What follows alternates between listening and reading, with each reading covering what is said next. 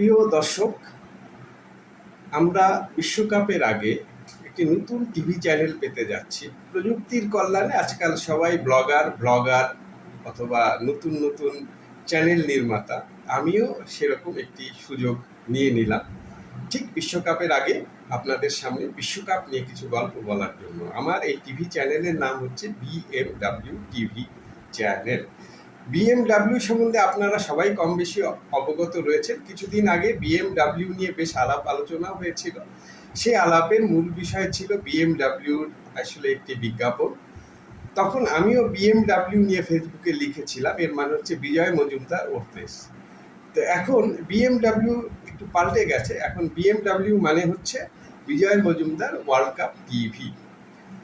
আসুন আমরা বিশ্বকাপ নিয়ে গল্প শুরু করি। প্রথম বিশ্বকাপের আসর বসেছিল 1930 সালে।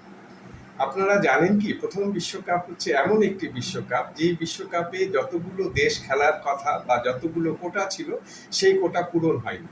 প্রথম বিশ্বকাপে মোট 16টি দলকে বিশ্বকাপে খেলার জন্য আমন্ত্রণ জানানো হয়েছিল। ঠিক করা হয়েছিল যে 16টি দল মিলে টুর্নামেন্ট হবে, কিন্তু দুর্ভাগ্যবশত 16টি দলের স্থান সেখানে হয়নি এবং অনেকগুলো দেশই তখন আসলে বিশ্বকাপ খেলার সুযোগ প্রায় প্রত্যাখ্যানই করেছিল। এছাড়াও তখন বিশ্বকাপ খেলার জন্য যে যোগ্যতা, অর্থাৎ স্বাধীন দেশ হওয়া, অনেক দেশই তখন স্বাধীন দেশ ছিল না।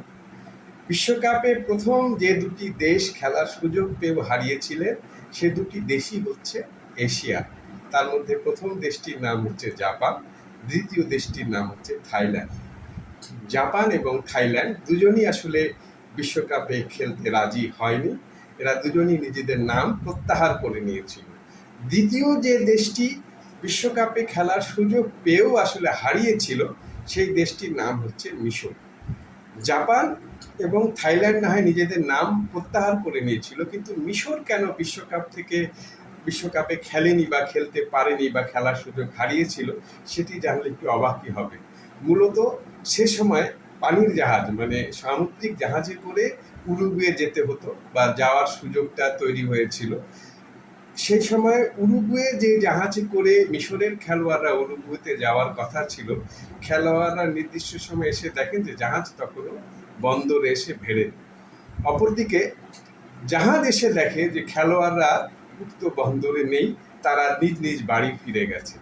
জাহাজ আর অপেক্ষা করেন, জাহাজ যখন চলে গেছে তখন আবার খেলোয়াড়রা এসে দেখে যে জাহাজ তাদেরকে রেখেই বিশ্বকাপ থেকে জাহাজ তাদেরকে রেখে উরুগুয়ের পথে রওনা দিয়েছে, যার ফলে মিশরের আর খেলা হয়নি।